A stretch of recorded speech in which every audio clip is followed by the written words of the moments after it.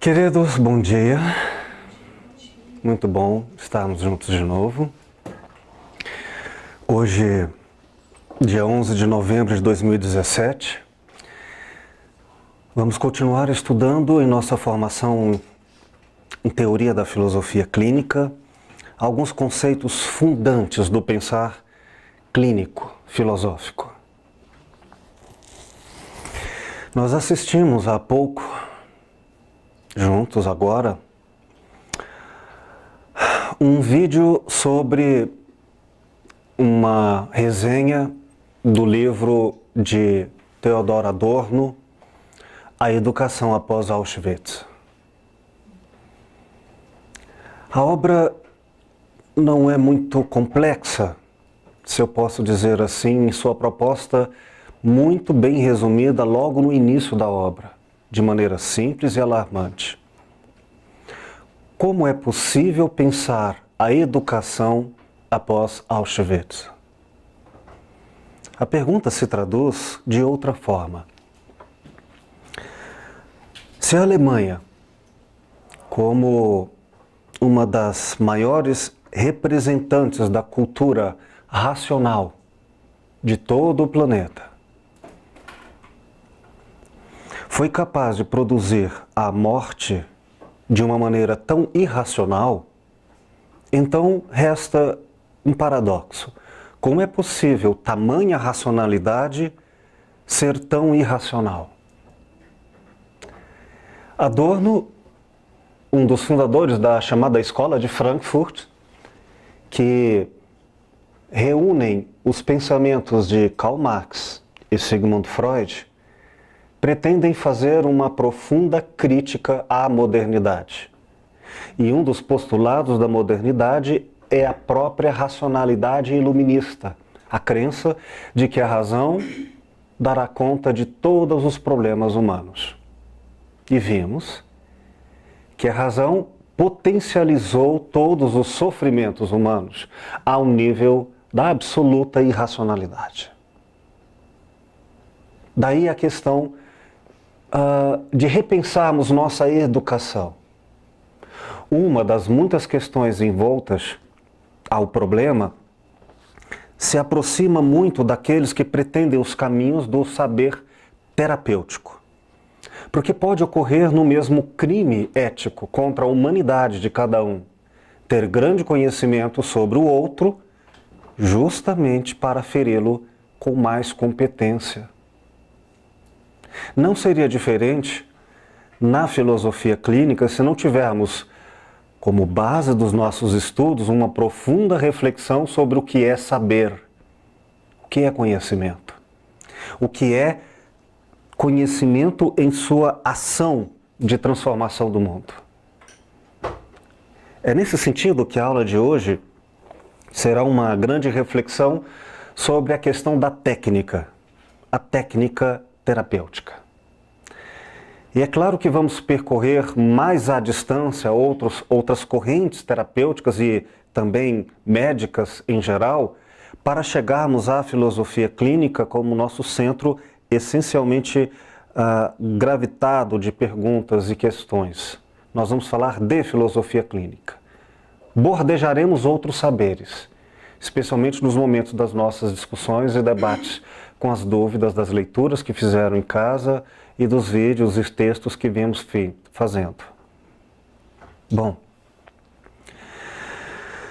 depois nós assistimos um belíssimo vídeo que foi uma campanha da Medicina Sem Fronteiras, que tem o título da música tema Everybody Hurts, Todo Mundo Sofre.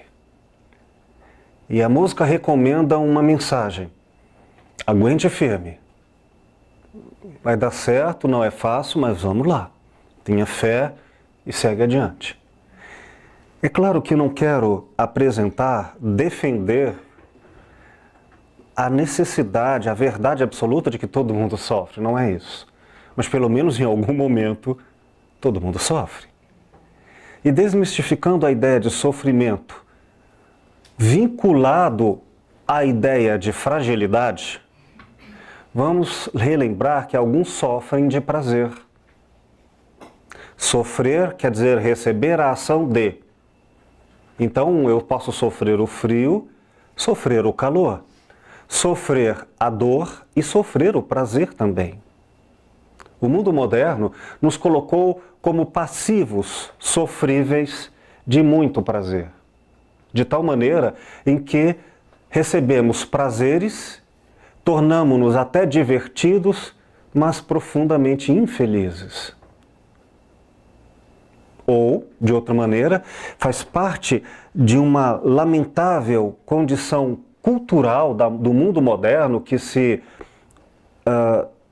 solidifica com um projeto capitalista de que temos que ser felizes e esta felicidade é um acúmulo de poder e bens.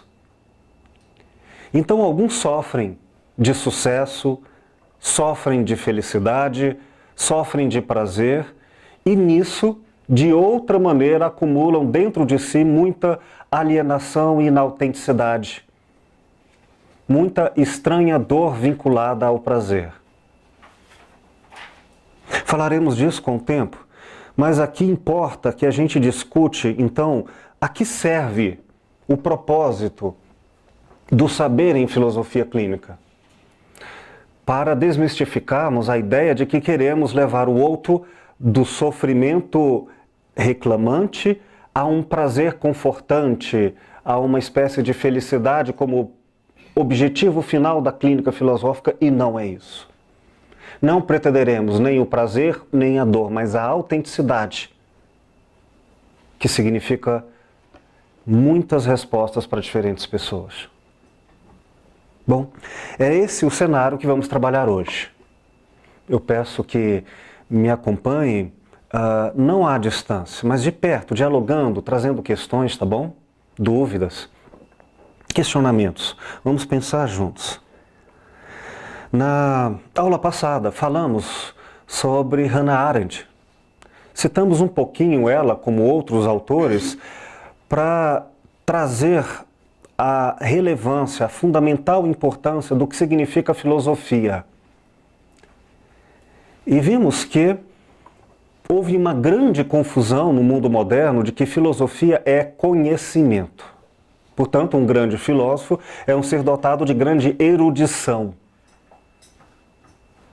Um filósofo, então, é um ser em grande parte, no mundo acadêmico, no mundo moderno, um ser de acumulada inteligência e erudição. Mas vimos com vários pensadores e também com Hannah Arendt que a essência da filosofia é antes uma terapêutica, no sentido de uma ação, de um pensamento engajado nas transformações da realidade, e não uma teoria, uma representação distante da vitalidade. E ela cita, para demonstrar o absurdo de sermos absolutamente de grande competência racional, mas sem a capacidade de pensar de forma sensível, o julgamento de Eichmann. Estamos falando do espírito do pathos, lembram-se?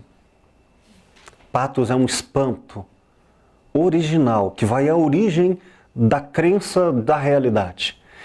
O pathos é duvidar do óbvio. Não subestimem o conceito de óbvio. Óbvio é aquilo que, na essência, não se questiona, posto que é, redundantemente, absoluto. Duvidar do óbvio, então, é duvidar da própria mais íntima crença da realidade. É algo caótico, é atordoante. Duvidar do óbvio seria algo tão patético, locução adjetiva de pathos, como querer andar 10 passos, mas antes duvidar se eu existo, se o chão existe, será que eu não vou cair? Duvidar das coisas que não paramos para duvidar. Então imaginem duvidar da cultura, dos valores, de tudo. Por isso, fazer filosofia é um estado crítico, crise de criação, mas que prevê a destruição. É um estado de embate, é um estado de transformação, é um estado perigoso. Patos é a sensação de estar diante do novo, mesmo quando se imaginava já conhecido o mundo. Quando nós vamos falar em filosofia clínica, o patos significa quando o outro, uma pessoa, óbvio, não é? É óbvio que é uma pessoa. Já estamos pecando um tanto de pecado filosófico, por crer como realidade aquilo que, de repente, não paramos para questionar o que é ser pessoa, o que é ser humano. Porque parece que o fato de haver nascido nos tornou humano. Mas Hannah Arendt nos mostra e nos faz lembrar que não há, pelo menos é assim que ela apresenta, uma natureza humana, mas há uma condição humana, uma tarefa de exercícios. Isto é, ser humano não seria um substantivo, mas um verbo. Ser, tornar-se humano. Não está aí pronto, tem que ser feito. Não é como a pedra ou a árvore que nasce e existe em si. O ser humano não. Se ele não se fizer, ou se em algum momento, uma vez feito um tanto, deixar de fazer-se, ele deixa de existir. Ex sistere, quer dizer ser para fora. A humanidade é um exercício constante de fabricação do próprio ser. O próprio como indivíduo, o próprio como sociedade. Então é ação. E essa ação é um patos. É um estranhamento. Porque esta ação pode ser feita como um ato de inauguração da realidade. Eu assumo a autoria, eu construo a realidade, eu decido quem eu sou, quem eu serei, o que eu posso ou não. Eu trabalho esses meus próprios limites, ou ação é só repetição, pré-julgamento. Isto é, eu propriamente não ajo, eu reajo. Uma rotatividade mecânica no qual eu apenas sigo o caminho pré-concebido na sociedade, no qual eu repito os mesmos movimentos das pessoas que me ensinaram a existir. É nesse sentido que muitos, na verdade, não são pessoas, não são humanos. Abandonaram em algum momento a tarefa de construir a humanidade. Então elas se apresentam com o título de ser humano, mas não construíram a sua humanidade. E há um termo para o humano que não construiu a humanidade. Um humano ausente de humanidade. É um desumano. E o desumano vai esclarecer como é possível uma razão desumana, uma razão mortal, uma razão sem vida.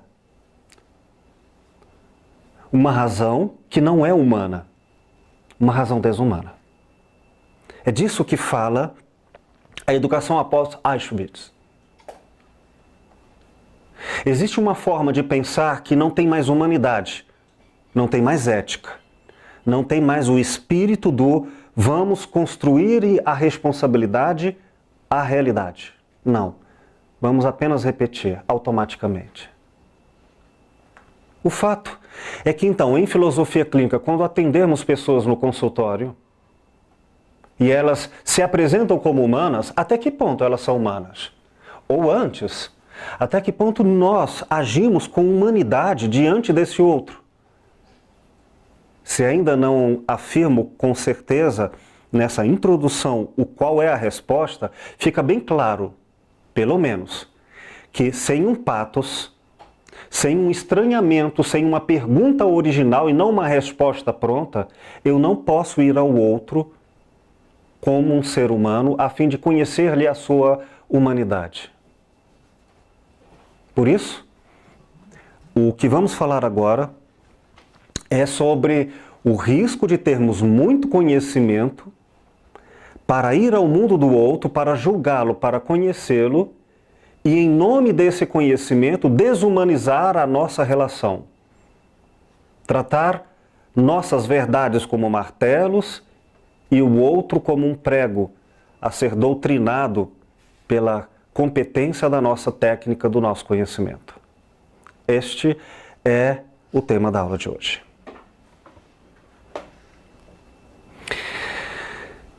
Questões, queridos, sobre essa introdução? Por favor. Eu ouviu falar do Quiron, que seria o professor do Esculapo? Não, querido.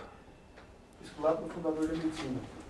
E teve como professor Quiron, que era uma besta, que foi o pai de todos os médicos, pois ensinou Esculapo. Quiron só podia ser médico porque tinha no seu dorso chagas incuráveis. Então ele era o curador porque estava o tempo todo ferido.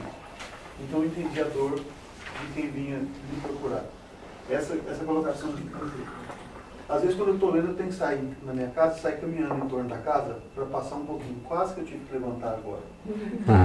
Porque você despertou uma ideia, que é a ideia de que o terapeuta, ele só é capaz de ser terapeuta se estiver doente, no estado patológico. Ele só é capaz de ver a dor do outro se ele estiver em contato com a própria dor. Se ele não estiver em contato com a própria dor, o máximo que ele pode fazer é tentar enquadrar o outro na situação em que ele está. Que é o que a maior parte dos terapeutas tem feito. É enquadrar uma pessoa que está sofrendo numa situação de não sofrimento. Que é o que eu faço na maior parte do tempo, que é receitar. Sim. Querido, obrigado pela sua participação. Nós vamos, ao longo do curso, aprofundar essas questões ligadas à conversação entre a filosofia clínica e a medicina, ou saberes médicos em geral. Mas, por enquanto, pessoalmente, eu não estou apresentando noções de saúde ou doença, dor ou prazer como realidades previamente postas, como se já fossem óbvias. Estou apenas dizendo que eu não posso ir ao outro, nem a mim mesmo, se eu não duvidar do óbvio.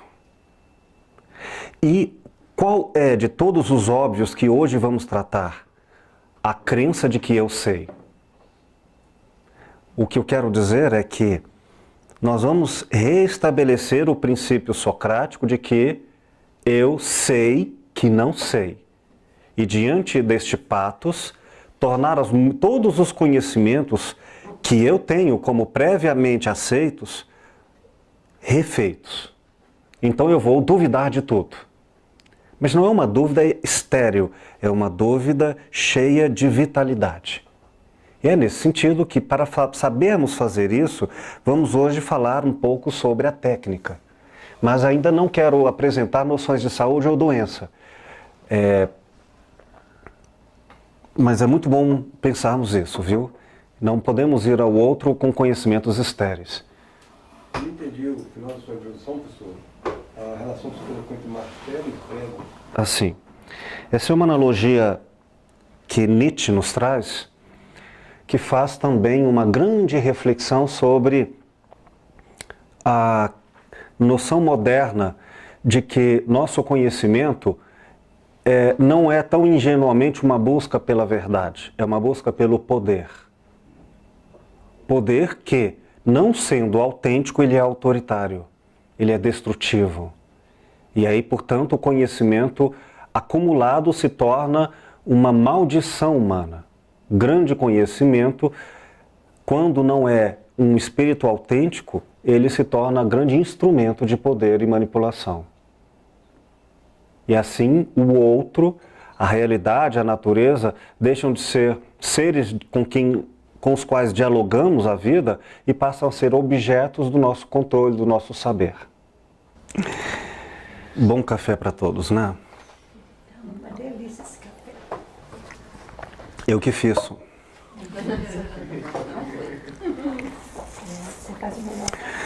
O tema da aula de hoje, 11 de novembro, técnica e tecnê.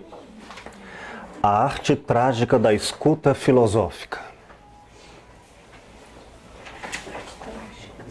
A arte trágica da escuta filosófica. Hoje nós vamos discutir um pouco, no cenário que introduzimos, um pouco dessa noção, dessa dicotomia teoria e prática. Hoje tão mal utilizado, mal compreendido e tão repetido. E, para início, nós vamos falar um pouco sobre a cisão moderna que ainda perdura e causa sofrimento. Em termos bem amplos. Em 1600, vocês se lembram? Eram jovens. Dois grandes pensadores, na verdade vários, mas vamos citar aqui dois, foram marcos divisórios do mundo antigo, medieval, clássico medieval, para o mundo moderno, que depois evolui para pós-modernidades e estações contemporâneas. Mas eu quero, por enquanto, só separar entre o mundo pré-industrial, pré-capitalista, o mundo antigo, o mundo ainda anterior à impressão, ao texto escrito, a toda essa noção de modernidade escrita, legislada de ciência, que é o mundo da racionalidade, e o mundo antigo, que também é um mundo de racionalidade, mas com outros parâmetros. Qual é a diferença entre o saber pré-moderno e o saber moderno e pós-moderno? Basicamente este. Uma frase, epígrafe da modernidade, de Francis Bacon. Saber é poder. Bem claramente. O conceito de poder é uma noção nova, instaurada ao conhecimento por Francis Bacon.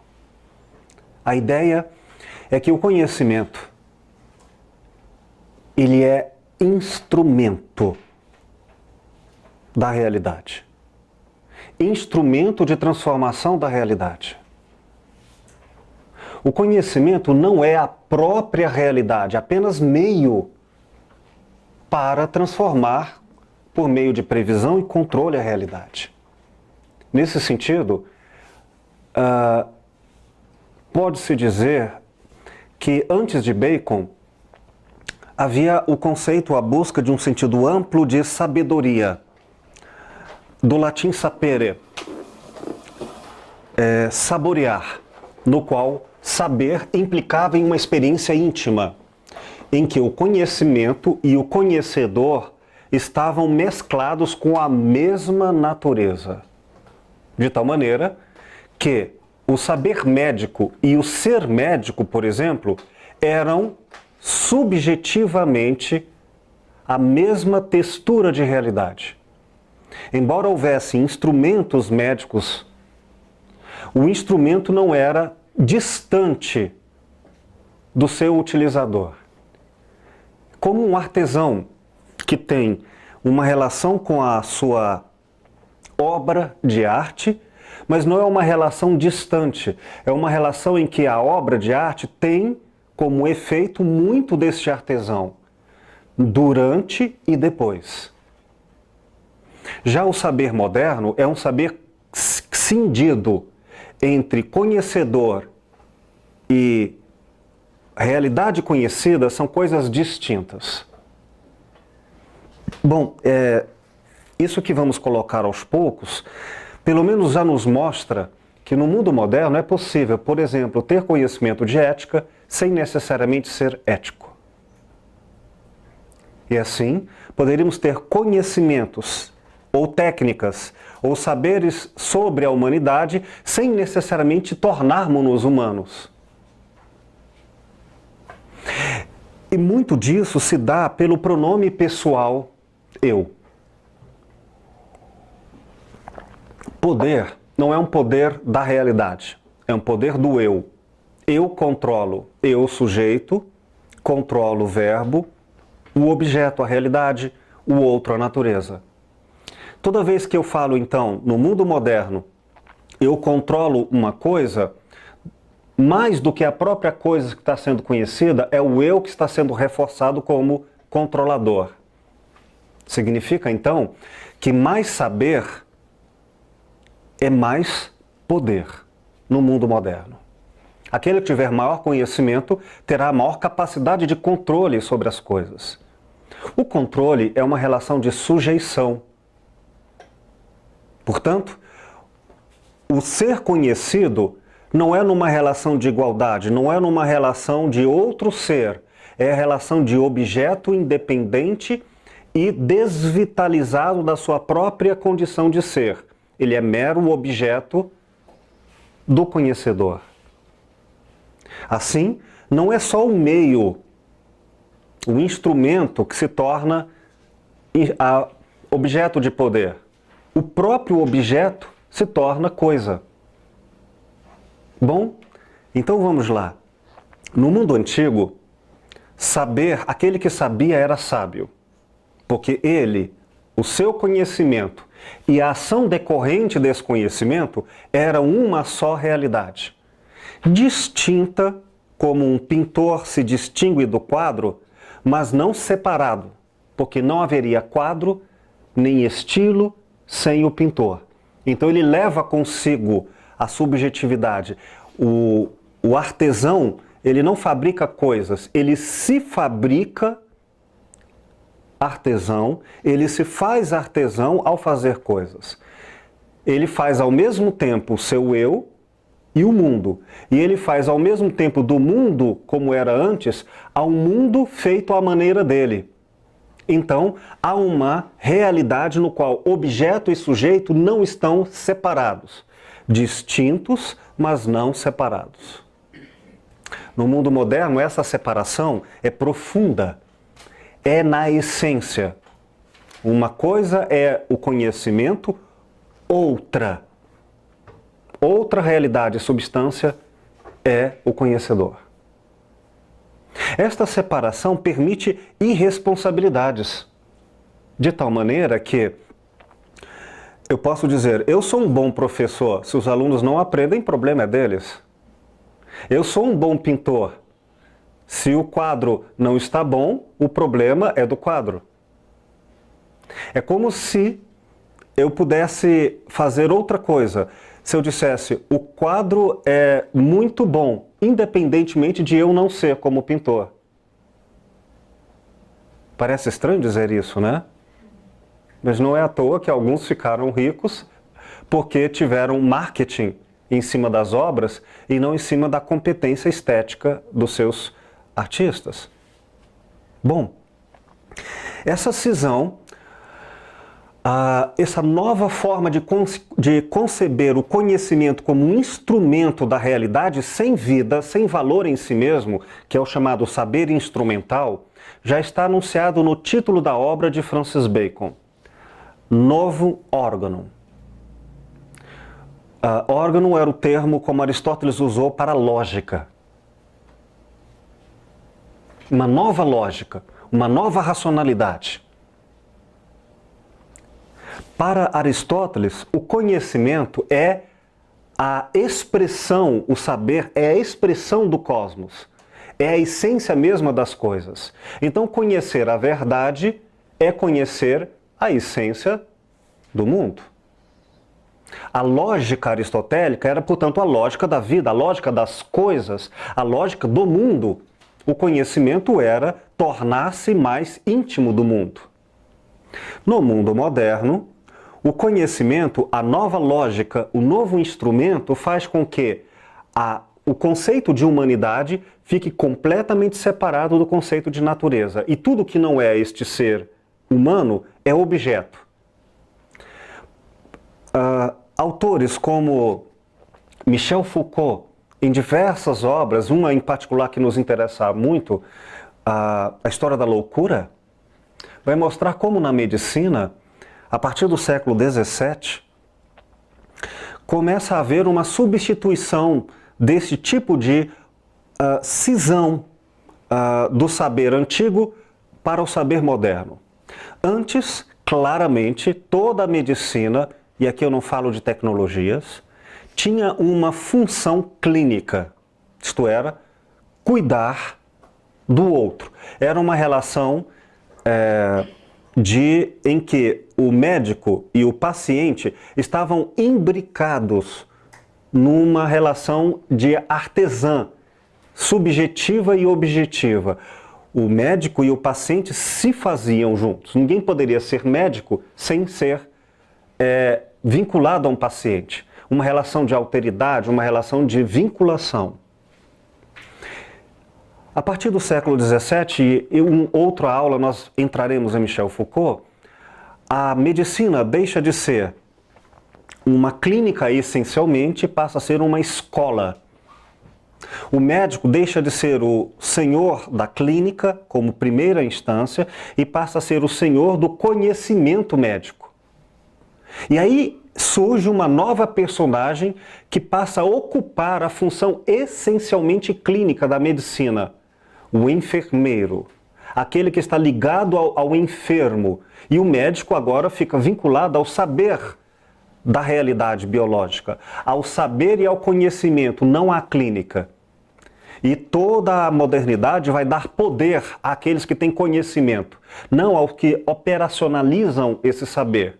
Assim como o médico é o doutor do saber, portanto, ele é o que tem poder sobre a realidade, e aqueles que apenas praticam o resultado desse saber, no caso, o enfermeiro, ele é de somenos valor.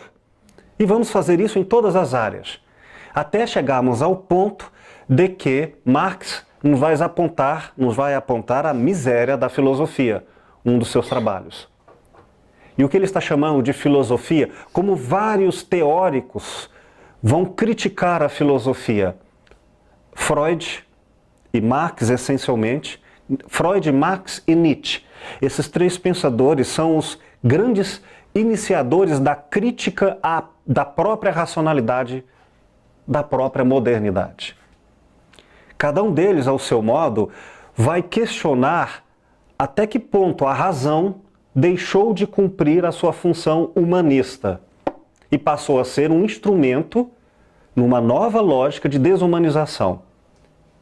E é por isso que Foucault vai chamar este saber desvinculado da vivência, da conjugação entre ser e saber vital, para mero conhecimento em si, teórico.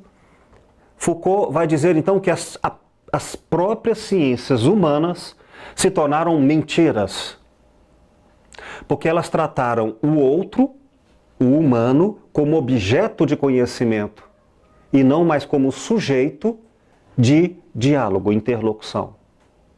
Daí ele vai dizer que, ironicamente, a palavra sujeito, que era um ser em si, passou a ser sujeito a, sujeitado a.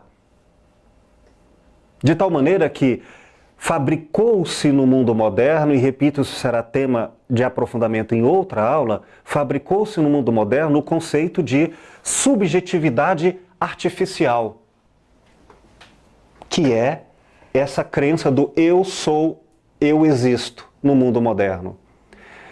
E o conceito de cada um de nós, sobretudo por herança deste mundo desde 1600, quando elaboramos a ideia eu penso, eu quero, eu vontade, eu poder, eu necessidade de satisfação, não estamos falando de um mundo autêntico. Estamos falando de um eu fabricado. Ou, um outro termo é alienado. Um eu distante de si. Por isso, quando alguém vem ao consultório e ela diz, eu quero isso, eu não concordo com isso, eu não quero aquilo, isso exige patos. Não é de fato, talvez, um eu ali que esteja autenticamente falando, mas talvez uma reprodução de um conhecimento aprendido e repetido que não fala com sabedoria. Nós não vamos dar a ele a resposta nem o que pensar, mas vamos ajudá-lo a pensar por si mesmo, de maneira autêntica. Portanto, ajudá-lo a questionar o seu próprio saber, o seu próprio modo de ver a realidade de maneira vital. Como se tivéssemos uma pergunta: como fazer uma educação após Auschwitz, lembrando Adorno? Como elaborarmos um tipo de saber que não é instrumental, que não é coisificado, um saber que é e tem a cara da própria pessoa. Como ser você ao seu modo, ou como dizia Nietzsche, como ajudar uma pessoa a tornar-se aquilo que ela é. Como desalienar uma pessoa do seu mundo inautêntico. Essa é uma das tarefas da filosofia clínica. Lembrando que, como nós vamos respeitar o cuidar do outro, algumas pessoas, não poucas, escolherão ser alienadas. Escolherão ser coisas. Bom, fazendo essa introdução sobre a noção de cisão moderna, que causa grandes sofrimentos, quero apenas deixar claro que quando alguém chega ao consultório, diante de um filósofo clínico e diz eu, e diz lá seus predicados, suas inquietações, não é óbvio. Temos que investigar o quanto isso tem vida. A sua fala tem significado e qual é esse significado. Por isso, nós vamos agora estudar, percorrer como funciona a técnica em filosofia. Vamos lá? Gostaria muito que fizessem a partir de agora suas questões, suas participações. Isso aqui é só um roteiro para não se preocupem em ter que ler, eu lerei para vocês e também ficará o registro para estudos, para ter em casa. Para discutirmos um pouco sobre qual é a técnica que usamos em filosofia clínica para ajudarmos o outro, a primeira coisa é relembrarmos a origem do teatro. E o que isso tem a ver? Existe um trabalho, um livro belíssimo que eu recomendo, chamado Teatro e Teoria na Grécia Antiga, de Guilherme Veiga, de Brasília, obra de 2008, editora Thesauros. Aqui eu tenho à minha frente uma resenha de Suzana de Castro, da Universidade Federal do Rio de Janeiro. Esse trabalho é belíssimo e vocês vão encontrar uma conversação da obra de Guilherme Veiga com a filosofia clínica, se forem no meu livro A Escuta e o Silêncio, na página 187. Pequenas reflexões de consultório. Aqui eu trago uma retomada do conceito de tragédia grego, do teatro grego, para que a gente entenda o que é o saber filosófico. Tem muito a ver com a ideia do teatro.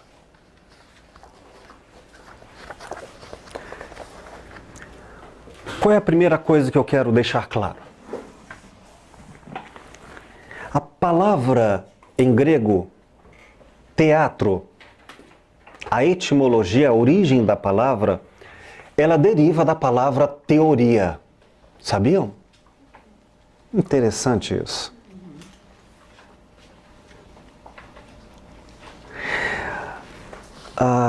E a palavra teoria, teor em grego, quer dizer visão. Visão de um espetáculo. Sabe quem assistia ao teatro? Era um teórico. Era assim que os gregos chamavam. Mas teórico, naquele mundo antigo, não significa a visão ingênua. É a visão que assistiam os Jogos Olímpicos. E elas não assistiam como um animal que simplesmente vê movimentos à sua frente.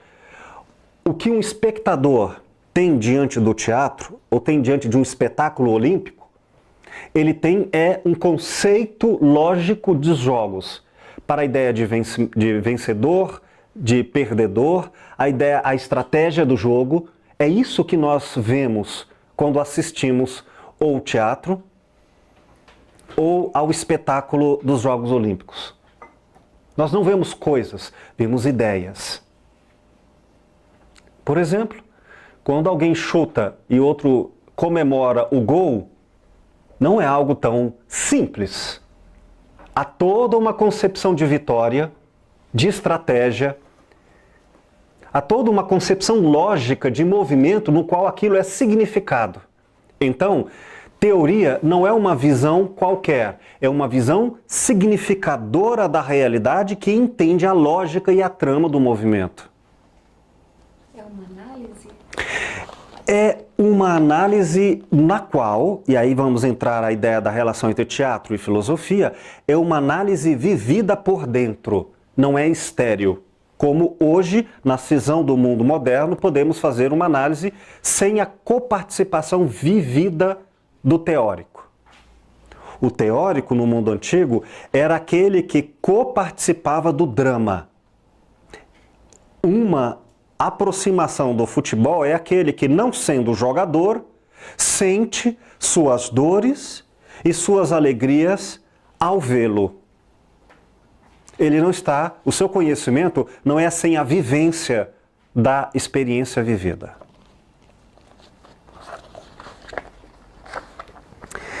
E deixa eu voltar um pouquinho para falar do nascimento do teatro. O teatron, que é o lugar onde se assistiam às peças, o lugar físico do espectador, o lugar físico do teórico. Portanto, quando o grego ia ao teatro, ele não ia apenas lá como corpo físico, ele ia lá tornar-se um teórico. Hoje, por exemplo, fazendo uma analogia, podemos ir ao cinema sem sermos cineastas. Né? Vamos lá como telespectadores. Tele quer dizer à distância. Nós estamos afastados daquilo. A relação entre nós é de sujeito-objeto sem relação vivida. Por mais que eu viva lá, eu não tenho conhecimento daquilo. Eu não tenho, como os gregos, um conhecimento dos jogos, do drama, da derrota e da vitória. Eu não tenho conhecimento intelectual da trama. Eu tenho apenas uma emoção que, terminado um filme no cinema, hoje, eu nada aprendi sobre a arte do ver com os olhos do diretor. Eu apenas fui conduzido passivamente, ou à televisão, ou outros espetáculos modernos. Estão me acompanhando? Mas não era assim na Grécia Antiga. Quando você ia ao teatro, você fabricava, construía um estado de vivência e não saía, portanto, do teatro o mesmo que era antes. Porque havia no teatro uma fabricação do ser. Não era passivo, não era telespectador, era espectador no sentido de teatro, de teórico. O teatro, e aqui vamos nos reportar a um século apenas do nascimento do teatro, o século V a.C. O século conhecido como o marcador dos maiores escritores das tragédias gregas. Foi todo o brilhantismo secular dos gregos se deu no século V, em termos de literatura e filosofia. Claro que tivemos antes e depois, mas basicamente é o século V que nos dá a força estrondosa de uma genialidade ímpar na humanidade. E aí está uma questão fundamental da relevância do teatro e da filosofia. Dois elementos existiam no teatro. Dois elementos fundamentais. A representação ritualística da luta entre a vida e a morte. Guerreiros diante de uma tarefa no qual o herói não vai brincar, ele vai morrer. E quanto mais ele se aproxima da vida, mais se aproxima da morte, mais ele acende em si o valor da vida. Então há uma busca de encenação dos cenários ritualísticos e guerreiros.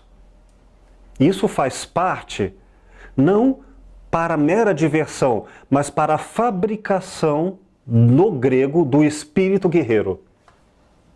Já que o teatro era uma vivência.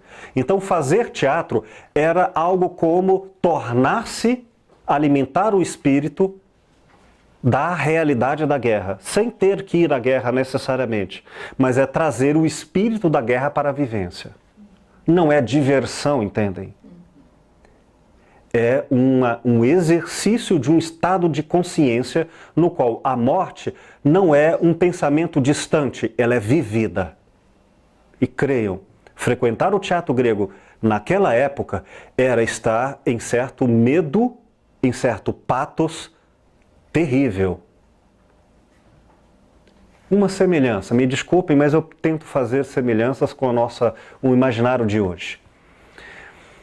Não que eu tenha feito isso, mas alguém já contou histórias deliciosamente macabras para criancinhas, para que elas ficassem morrendo de medo debaixo da coberta, em algum lugar escuro ou no acampamento, e essas criancinhas não entenderam que era só uma fala abstrata e encarnaram, o termo não é retórico, trouxeram para a carne toda a pulsão de vida, a vontade de viver diante da certeza da quase morte.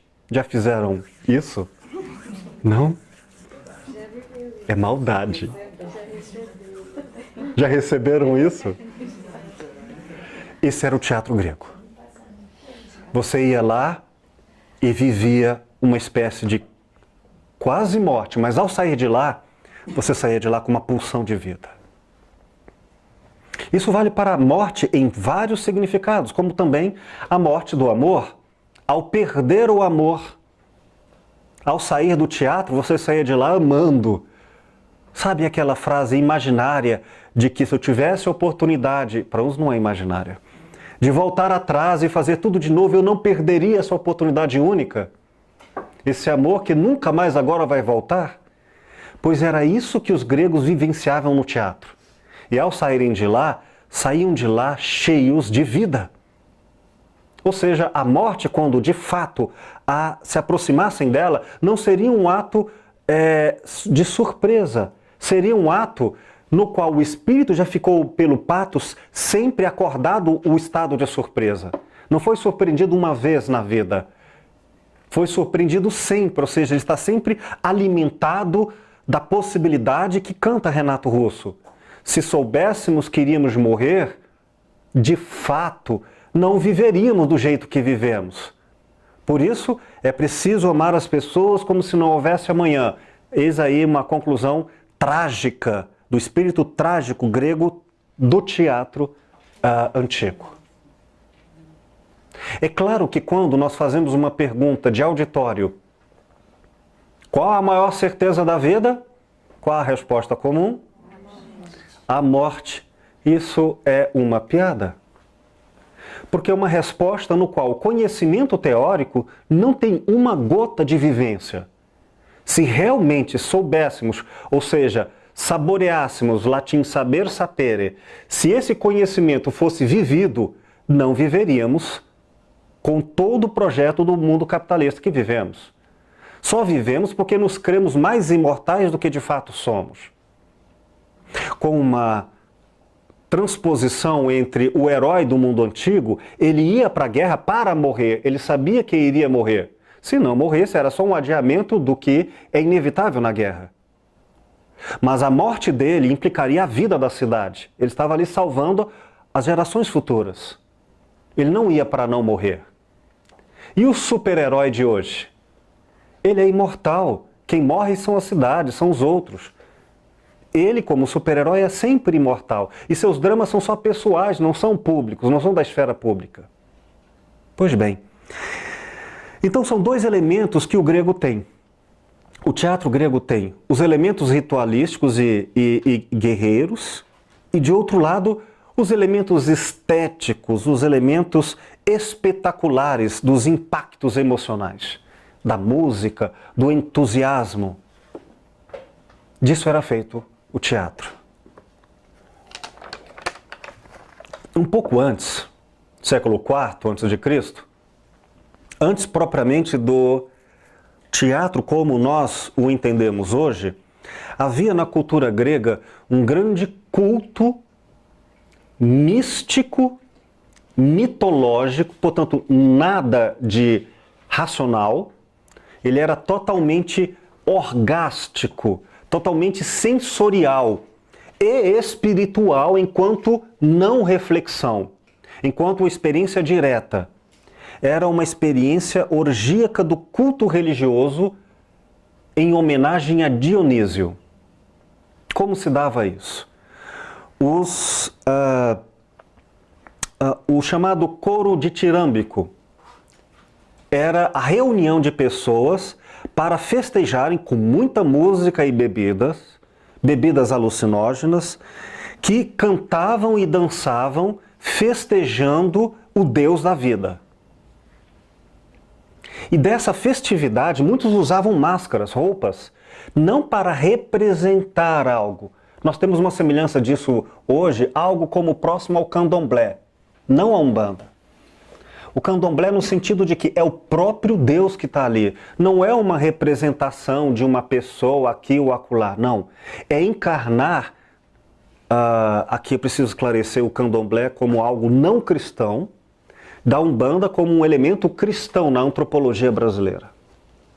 Na Umbanda você conversa com espíritos, por exemplo. No candomblé, não.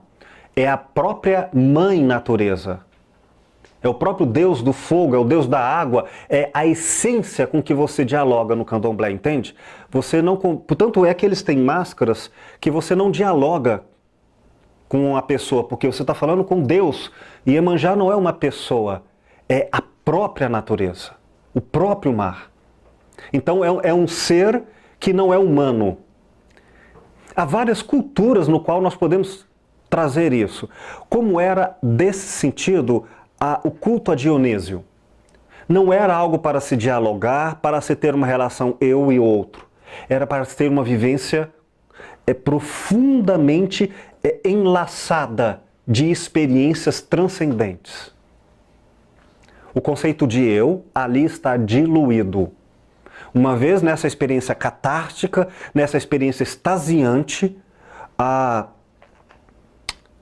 aqui eu vou citar Mircea Eliade, dos maiores antropólogos da cultura antiga, esse clássico francês, citado por Veiga. Olha o que ele diz. A manifestação do sagrado funda ontologicamente o mundo. Era assim na cultura antiga. Eles precisavam da experiência ritualística vivida para que o mundo existisse. Não era intelectual. Assim como em outras culturas, por exemplo, era necessário dançar para que o sol nascesse. E se não dançasse, o sol não nasceria. Ora, mas como poderia se explicar que uma tribo não dançou e o sol nasceu? Porque certamente em outro lugar, outra tribo dançou para que o sol nascesse ou não haveria nascido. Ou seja, a tal realidade lá, como o mundo e objeto, está de alguma forma, essencialmente, ontologicamente, na raiz do ser, vinculada com o ator. O eu e a natureza estão imbricados. Está claro esse espírito? É um espírito que vem antes pela bebida e pela dança, do conhecimento vivido da realidade, do que pelo discurso intelectual.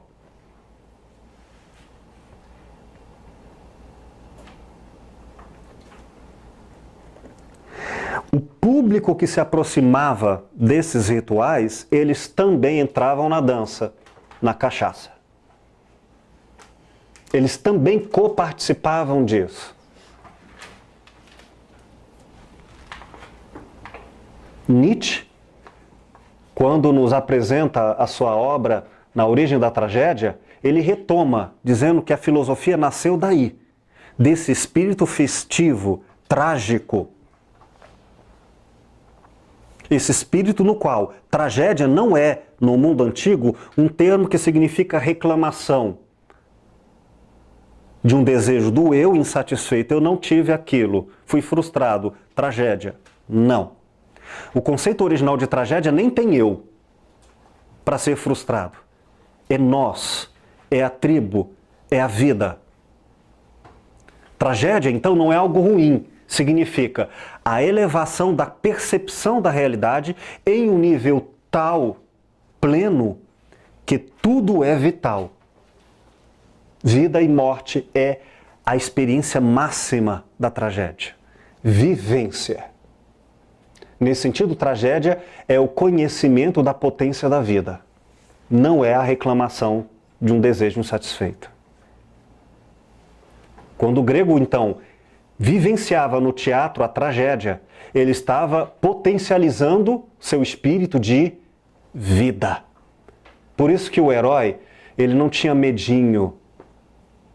Vamos pegar um herói cristão, um termo não propriamente adequado, mas ainda herdeiro da cultura antiga. Os primeiros cristãos, é claro, me refiro, historicamente até o 3º século, quando o cristianismo ainda era proscrito, antes dele se tornar império em Constantino. Os heróis, assim entendido em versão latina para os cristãos, os heróis cristãos, que nós chamamos de santos, eram seres que também iam para a morte cheio de vida. E não viviam como se não fossem morrer. Não haviam preces dizendo, Deus me livra dessa, se depois eu te dou um chocolate. Ou então na cachaça, isso aqui é para o santo. Não tinha essa negociação. Tudo é vida. Vida na morte, vida na tristeza, vida na alegria. Não tem tristeza ou alegria propriamente, tem vida ou ausência de vida. Ora, se tem vida, não é muito a questão de escolher prazer ou dor. A questão é, tem vida ou não tem? Se tem vida na dor, é uma dor que traz muita aprendizagem.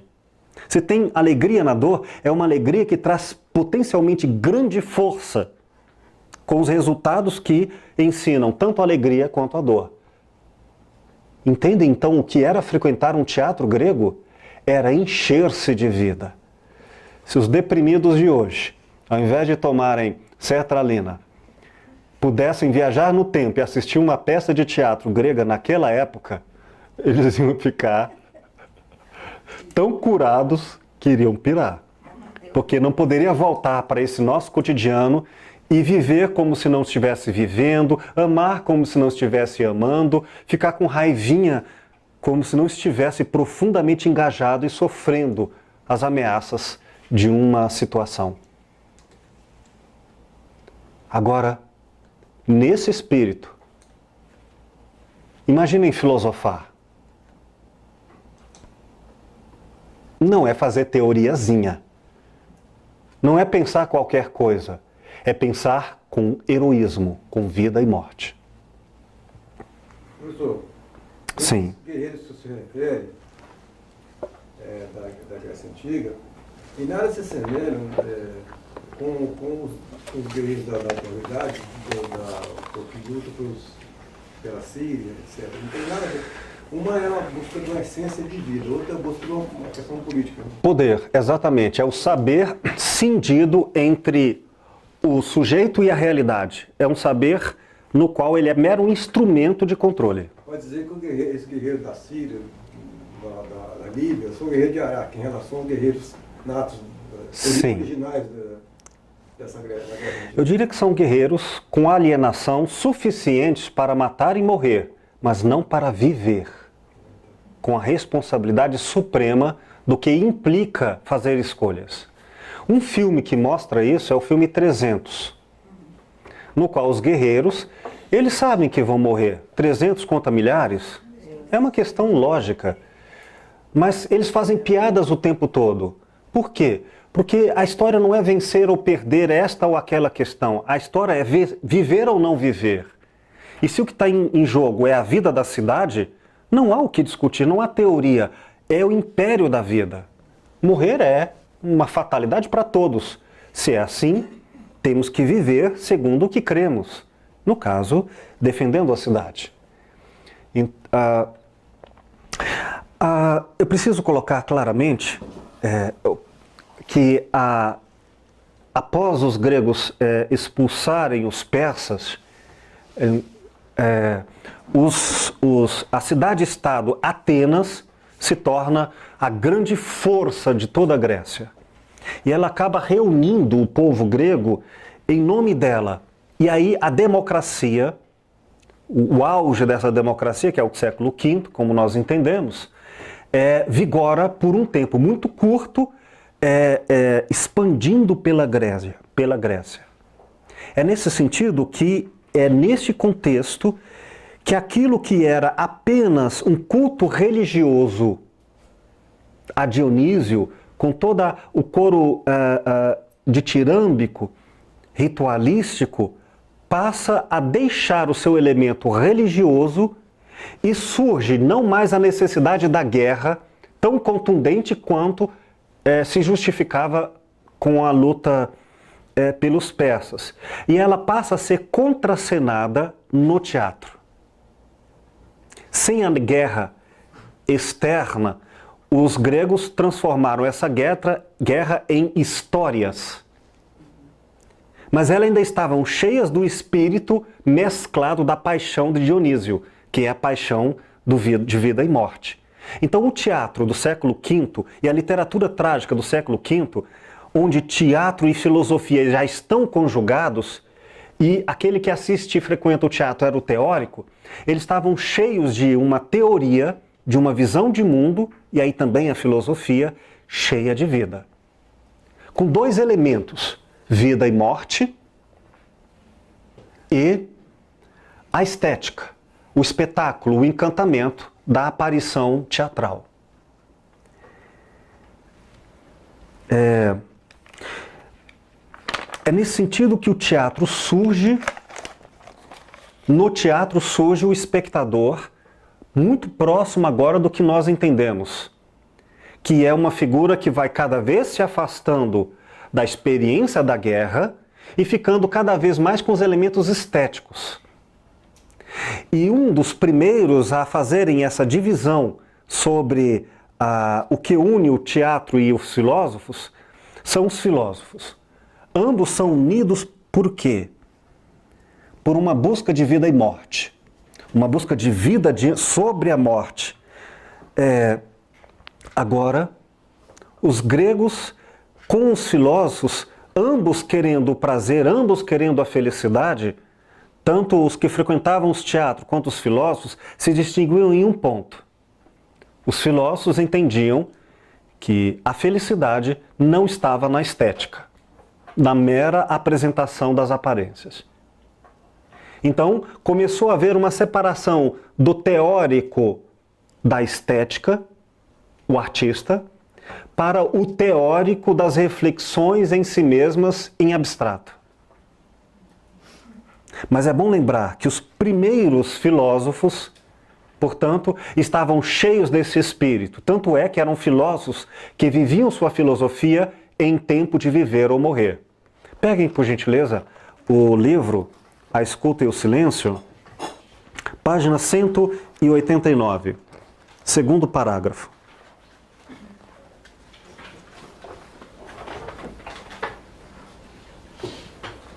Linha 7.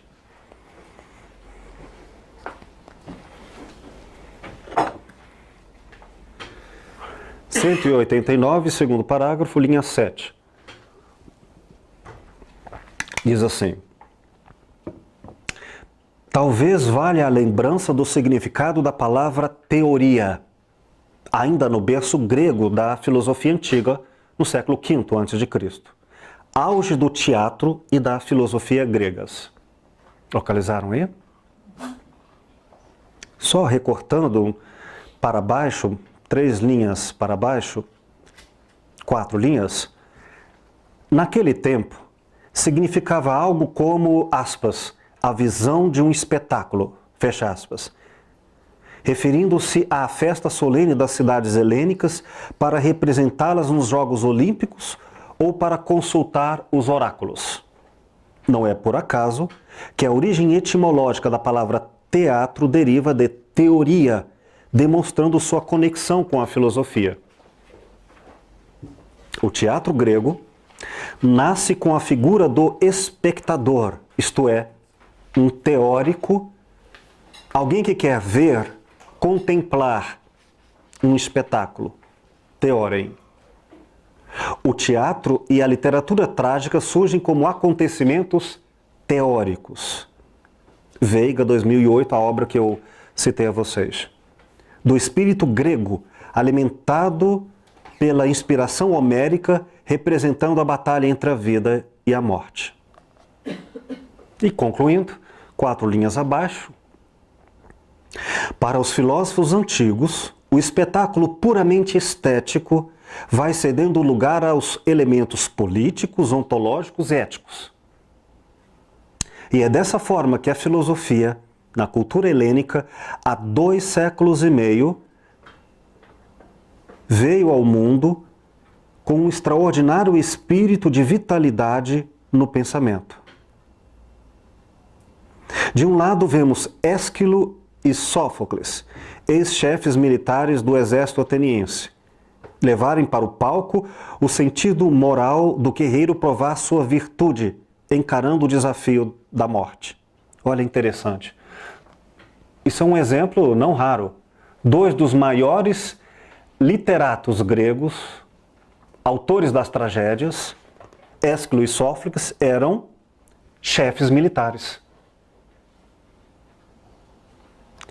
Então isso dá a mostra do que era frequentar o teatro.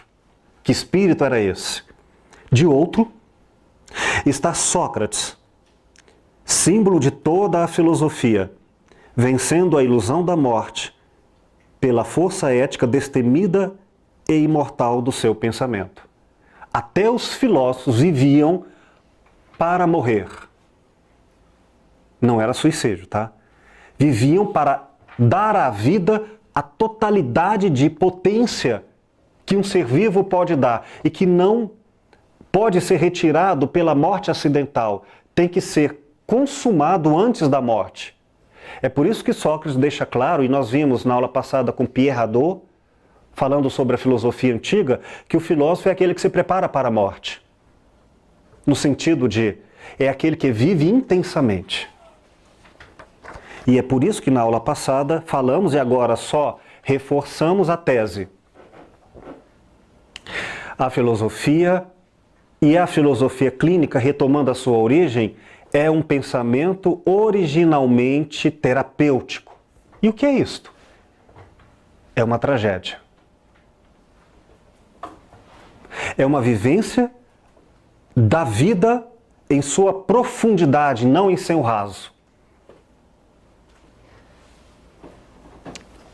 E para concluir essa primeira parte, eu peço a vocês que abram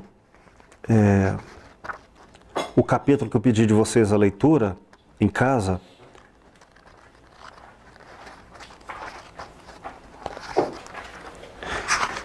O capítulo 5, página 159, a terapia é uma tragédia. Faz sentido agora esse título? Não é tragédia porque, ai meu Deus, eu estou com problemas. Meu Deus, Jesus acende a luz. Não é essa a tragédia. A filosofia clínica está para transformar a terapia em uma força de vida. E aí, querido doutor médico, ela não está para curar ou para adoecer, embora essas coisas possam acontecer conjuntamente, sozinhos ou no trabalho multidisciplinar. A filosofia está para trazer a vida, para fomentar a força da vida, que chamaremos em cada um, como indivíduo ou sociedade, de autenticidade. O que isso quer dizer? 1000 exemplos diferentes. Para uns, a semelhança do que dissemos, será ir para a guerra. Para outros, fazer filosofia.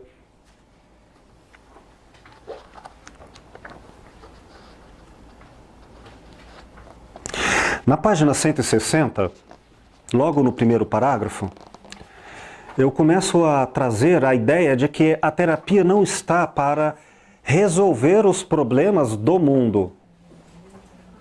Até porque, se algo for possível de o filósofo clínico ajudar o outro a resolver, será nos chamados, aspas, metaforicamente, limites internos. Significações da realidade. Imagina se o filósofo clínico promete, como os filmes americanos adoram fazer, promete aquilo que está para além do alcance e até do controle da pessoa. Tipo, meu filho pode ir para o trabalho tranquilo, não vai chover, eu prometo. Não, meu filho, pode ir para a guerra que vai dar tudo certo, eu prometo. Vocês já viram isso em filme? Como assim? Depois morre e acha que é uma tragédia. Desde o início não era tragédia. Era a projeção fantasiosa de uma tentativa imensa de controle imbecil, além de tudo. Ah, mas fulano não me ama mais, como eu faço para que ela me ame? Meu filho, isso é uma tragédia. O problema antes de voltar ou não é que não há vida, talvez, nessa questão. E como filósofos clínicos, tratar o que não é vida pode ser ou alimentar a destruição, a morte, ou não fazer diferença, ficar na superfície, sem vida. Daí eu começo a tratar aqui, e eu quero depois ouvir de vocês suas considerações da leitura que fizeram, que um dos problemas da clínica no senso comum é imaginar que a terapia tem a função de levar as pessoas de imperfeitas até se tornarem perfeitas. Numa espécie de melhoria, numa espécie de aperfeiçoamento. Não é isso.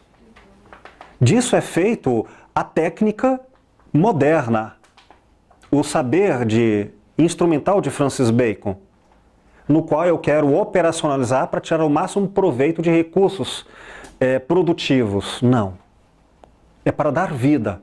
Isso pode incluir como bom efeito da terapia a pessoa ficar doente, como uma espécie de saúde espiritual. Eu não sei. Então eu começo a questionar aqui no livro o sentido de que a felicidade é um grande equívoco da nossa época.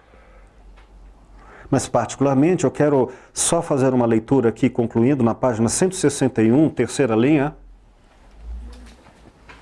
O seguinte: o que fazer perante a morte que se recusa? A velhice indesejada, a traição do amigo? A revolta sem controle, o amor que se acaba, o desemprego que humilha e todo o inadiável que nos chega sem pedir licença. Seja a quem for, a resposta permanece a mesma, o máximo.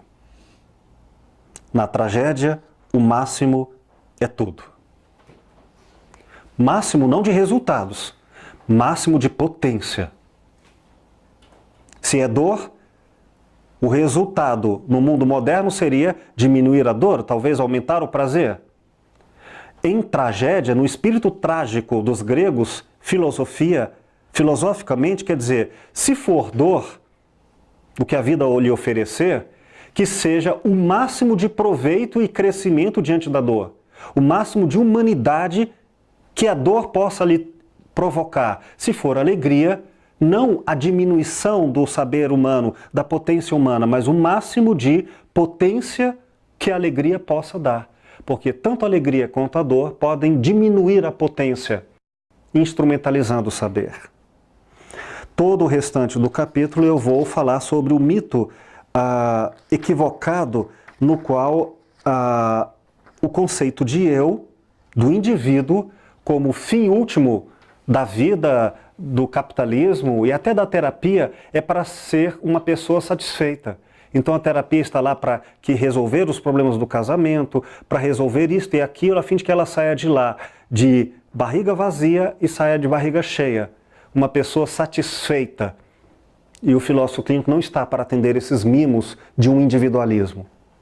Ele está para fortalecer a vida em suas infinitas e desconhecidas funções de vida.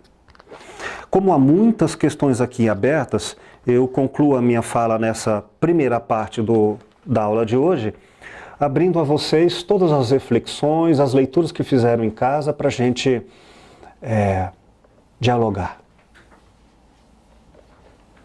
E aí? Questões?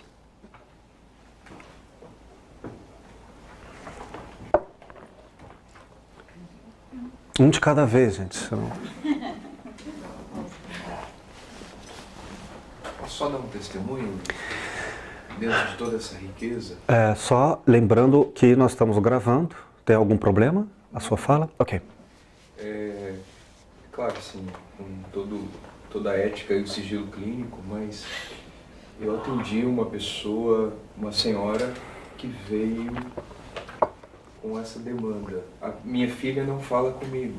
E ela estava muito sofrida. Muito mesmo.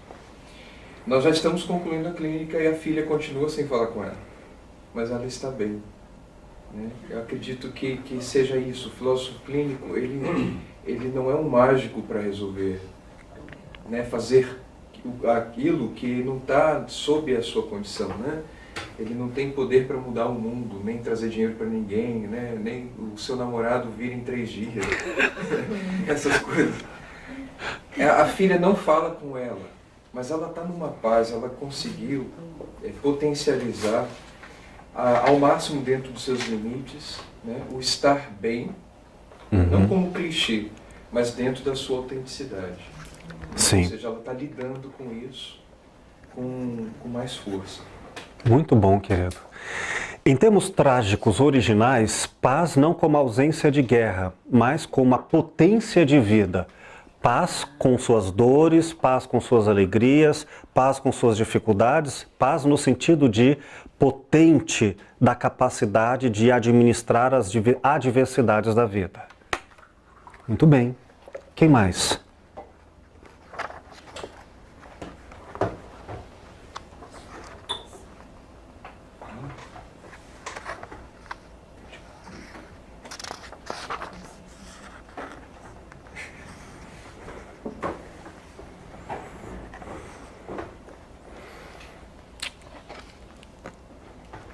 Professor, eu sou tímido, então eu queria falar a respeito. Para variar, né? Sim, querida. Sim. Na página 160, no último parágrafo, fala assim, 160. no último parágrafo. Sim. Particularmente, a nossa época produziu uma cultura de ansiedades e certo desejo fácil e ilusório de felicidade por consumo. Por que o senhor... Estou dizendo o senhor porque eu... Sim, claro. Por que o senhor estabeleceu que, esse particularmente, que só apenas em nossa época, esse desejo por consumo e a cultura de ansiedades não vem, isso né, existiu toda a época, toda a existência do ser humano? Ah, que boa questão. Sofrimento, sim, mas esse conceito de ansiedade individual é próprio da nossa época. Desculpa, Sim, por favor, continue. A palavra-chave é ansiedade e consumo. Quando eu me refiro a consumo e à nossa época, me refiro a partir de Bacon, a crença de capitalismo, é que todo conceito vinculado ao eu não valoriza apenas o objeto, mas sobretudo o eu.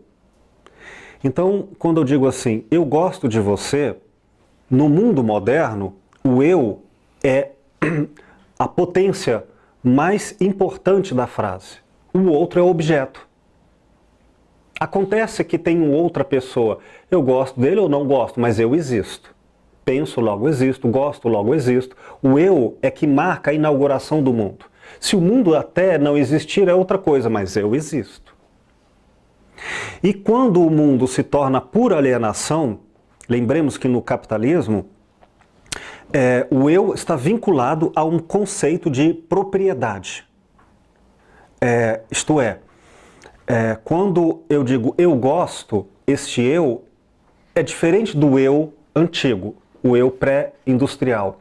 Porque no mundo moderno é um eu de exclusão. Eu gosto, não você. Quando eu falo eu penso, não é ela, sou eu. Então o eu implica em não é você, não é o outro. O eu é uma propriedade que privatiza. Quando você diz assim, eu quero isso, eu não quero aquilo, eu acho isso, eu acho aquilo, aí fica implícito uma defesa, não é outra pessoa, sou eu. Quero os meus direitos enquanto indivíduo. Então o conceito de eu moderno, ele é um eu por exclusão. O mundo antigo não tinha esse eu psicológico da propriedade individual. Havia propriedade sim, mas era uma espécie muito mais de nós. De que maneira? O meu grupo, minha representação, a minha classe é dona disso. Quando um pai, por exemplo, no sentido latino, dizia isto é meu, ele estava incluindo na noção de família tudo aquilo que inclusive era pertencente a Roma. O eu era sempre engajado e não era centro atômico da realidade. Não havia esse eu psicológico que apropria o objeto para se sentir alguém na vida, no mundo antigo. Ele só existe no mundo moderno. Então, se existia consumo no mundo antigo, era no sentido de que uma cultura consome. E consumia basicamente no sentido de essa cultura sobreviver. Agora, no mundo moderno, cada indivíduo é autor do mundo inteiro. É uma ilusão. Eu sou dono disto. Ora, fui eu que fiz isto? Eu que extraí o metal para fazer essa garrafa? Eu próprio, que me alimentei desde criança e não do leite de minha mãe ou do pão feito para o padeiro, para eu chegar aqui ter forças e vontade para dizer isto é meu? Olha quantas pessoas e relações sociais estão implícitas para eu achar que isto aqui é só meu. Então a ideia de consumo no mundo moderno é a ideia de um objeto excluído da realidade e ele é só meu. Meus pensamentos, meus sentimentos. No mundo antigo não era assim. O eu, ainda que houvesse egoísmo, era um eu no qual todas as coisas estão implicadas. Entende? Então a nossa época produziu um individualismo exacerbado em detrimento da coletiva. Sim, só que a palavra individualismo, como sufixo ismo, doutrina fixa ou reducionista, é uma redundância. O individualismo já é o detrimento da realidade do mundo. E no mundo antigo havia indivíduos, mas eram indivíduos cuja noção de eu estava misturado. Individualidade exacerbada em detrimento do coletivo. Sim, é só uma redundância, porque o conceito de eu e de individualidade já é uma exclusão do outro. Quando o grego, por exemplo, dizia eu tenho razão, Sócrates dizia eu tenho razão, quem era o eu? Era o homem grego. Por exemplo, hoje eu digo eu tenho razão, o eu, significa você não. Eu. A razão pertence ao conceito psicológico de eu. No mundo antigo, a razão era política. Ou seja, razão é, se eu argumentar e você entender, significa que a razão é nossa. Se o seu argumento for melhor que o meu, então eu, porque sou racional, seria obrigado a aceitar isto. Então quem é o dono da verdade é a razão e não a pessoa. Aquela história do outro. Qual? Cai na história do outro. Sim, a razão pertence ao diálogo. A razão pertence, vamos dizer, a si mesma, à política. Mas agora nós apropriamos e dizemos, eu tenho razão. Há exemplo de que eu tenho sentimentos. No mundo antigo eu não tinha sentimentos. Eu tinha sim, perpassava, atravessava em mim sentimentos que eram do mundo. Eu e o mundo éramos uma só realidade, no qual eu, o mais próximo do elemento psicológico, era apenas a versão individual do elemento coletivo. E é só para lembrar, é só no século XVIII, e historiadores como Philippe Herrier vão deixar isso muito claro, é que começa essa noção romântica de amor e sentimentos pessoais. Quando a noção dos reis começam a receber uma autobiografia, no qual é narrada uma história pessoal, um desejo, um romance pessoal, por isto ou por aquilo. E isso em nome do rei. porque ele tinha uma atenção especial, mas não porque havia ali um conceito psicológico forte. Mas basicamente os poucos registros de elementos biográficos pertencem a essa figura de poder. Não pertence à sociedade como um todo. Tanto que os nomes antigos tinham como sobrenome a cidade. Fulano da cidade de tal. A própria ideia de Jesus, como nós falamos, Jesus, a pessoa, era Jesus o Cristo, no sentido judaico, quer dizer, o untado. E também era de Nazaré, no sentido político. Ou o Cristo no sentido religioso, porque ele pertence a untado por Deus, é sempre um ser pertencente a. E quando ele fala em nome daquilo. Outros discordam em nome também da mesma coletividade. Então o consumo no mundo moderno é um consumo de exclusão, de apropriação, e este eu fabricado individualmente é um eu artificial. Por favor, na página 161, leia para a gente o segundo parágrafo, as revoluções burguesas. Sim, por favor. As revoluções burguesas do final do século XVIII recolocaram o estatuto das relações estabelecidas no Ocidente entre a sociedade e o indivíduo, tornando este o valor supremo da cultura moderna, o ser da razão e o sujeito normativo das instituições, um elemento indivisível e síntese encarnada da humanidade inteira. Era o fim da concepção gregária, holística, da Idade Média, em que o coletivo era a referência básica da identidade dos seus membros. Paradigmas invertidos, a sociedade virou um meio e o indivíduo um fim em si mesmo. Subordinado aos anseios individuais, a sociedade priorizou os elementos em detrimento das relações. Isto. É isto. A resposta está aqui. É. Só não li direito sobre isso. Não. Há 3 linhas abaixo, Tem mais atenção se você mandar livro. 3 linhas abaixo, para complementar, diz assim: com a modernidade nasceram o direito, o desejo à felicidade pessoal, mas também o fenômeno sem precedentes do tédio. Ou seja, quanto mais o eu deseja algo e este algo é atendido como exclusão, a vida não está nele, porque ele crê-se autor da vida. A vida está nas relações. Então ele atende a algo sem vida. Eu uso a metáfora da pipoca. É como matar fome de proteínas com pipoca. Ela nos enche, satisfaz nossos desejos, mas não nos torna reais. Então satisfaz, mas não realiza. Queridos, feita esta introdução, vamos fazer um intervalo e depois do intervalo a gente começa a aula de hoje. Antes, uma pergunta. Não, lembrando Sim. ponto com o Spacter, que ele falou da você ser pós-renascentista, né? O que eu entendi é que o pós-renascentista, então, seria, como você falou agora, voltar para o mundo antigo e viver coletivamente, assim, com pensamento coletivo. Não ser mais eu do moderno, mas nós. Sim, mas não é propriamente voltar para ficarmos lá, voltarmos ao holismo. É fazermos uma integração entre o holismo, a visão gregária no qual o todo é mais importante que as partes, e a visão no qual o indivíduo é mais importante que o todo, ou o indivíduo se totaliza. E fazer algo que vem depois disso, uma integração entre o holismo e o individualismo. Aí está uma proposta pós-renascentista. E aí, concluindo, quando eu falei em Nietzsche, Freud e Marx, que fazem uma crítica ao mundo moderno, Marx chamou de ideologia todas as ideias que são apenas teóricas e, na prática, realizam o contrário do que prometem, são engambeladoras. Então ele diz, isso é uma fala ideológica, é um raciocínio que está para esconder a verdade e a injustiça. Portanto, é uma razão irracional, é uma razão desumana.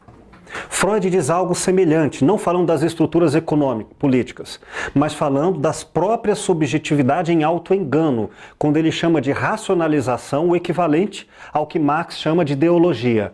Isto é, eu estou usando uma desculpa para me enganar, a fim de eu encontrar racionalmente um argumento sociável para eu fazer aquilo que no fundo é apenas meu instinto pessoal. Então estou encontrando a desculpa perfeita, socialmente aceita. E aí nós falamos, por exemplo, em coisas como: eu não tenho ciúmes de você, o que eu tenho é cuidado, é proteção e carinho. Então eu encontro uma justificativa bem argumentada num cenário socialmente ancorado, enquanto eu estou sendo egoísta e instintivamente apenas desejando minha saciedade como bicho. Nietzsche fez a mesma coisa quando ele mostrou que o nosso conhecimento racional se transformou a nossa mortalidade, a nossa capacidade de destruir a nós mesmos. Por isso ele recusa, e tanto Freud, Nietzsche e Marx são antifilósofos. São aquelas concepções de filosofia que são pura racionalidade sem vida, sem tragédia. E, de certa maneira, ambos reinauguram um outro filósofo, uma outra filosofia. E é nesse sentido que Marx vai dizer não aos filósofos antigos e vai estabelecer uma nova filosofia, no qual teoria e prática têm que voltar a ficar juntos. E Freud vai restabelecer um novo tipo de saber, no qual o que ele chamou de inconsciente, que seria a força pulsionada da vida, e os valores culturais têm que se interagir e não ser apenas um escamoteando o outro. E Nietzsche vai dizer que os nossos valores, que sempre normatizam o bem e o mal de maneira ao interesse político, têm que ser rasgados para uma outra coisa mais importante do que os interesses falseados dos valores, que são o contrário do que dizem ser. Quando uma pessoa diz que tem ética, na verdade ela tem inveja, Nietzsche vai mostrar isso, de que o outro tem algo que ele não tem, e por não conseguir satisfazer-se individualmente, ele diz: se eu não posso, você também não. Então ele vai desmascarar esses valores que em nome de uma racionalidade se justificam, mas servem apenas para serem opostos da noção de bondade. Eles são ranzinzas, eles são ressentidos, eles são vingativos. Então ele vai propor para além do bem ou do mal, no sentido moral, institucional, e estabelecer um amor à vida. Jamais um amor ao poder. E o amor à vida é que transcende a racionalidade estéril. Vamos fazer um intervalo e a gente volta. Nossos comerciais, por favor.